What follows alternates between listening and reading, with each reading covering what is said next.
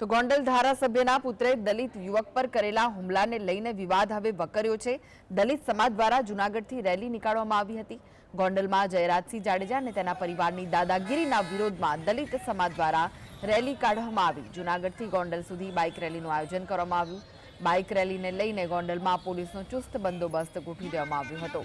ગોંડલના ધારાસભ્યના પુત્રએ દલિત સમાજના આગેવાન રાજુ સોલંકીના પુત્ર संजय सोलंकीનું અપહરણ કરીને માર માર્યાના વિરોધમાં રેલીનું આયોજન કરવામાં આવ્યું છે।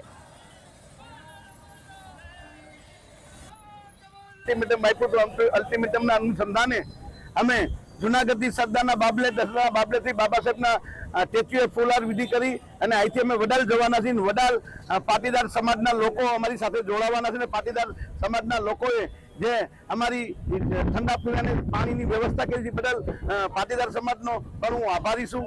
મારી જે લડાઈ છે એ કોઈ સમાજ આવે લડાઈ નથી, ક્ષત્રિય સમાજ આવે અમારે કોઈ વાંધો નથી। માત્ર જયરાજસિંહ અને જયરાજસિંહના દીકરો ગણેશની દબંગગીરી હારે અમારો વાંધો છે। મારા દીકરાનું જે અપહરણ કરી અને એને મારવામાં આવ્યો છે તો અમારા દીકરા ઉપર જીવ એવા બીજા કોઈ દીકરા ઉપર ન થાય।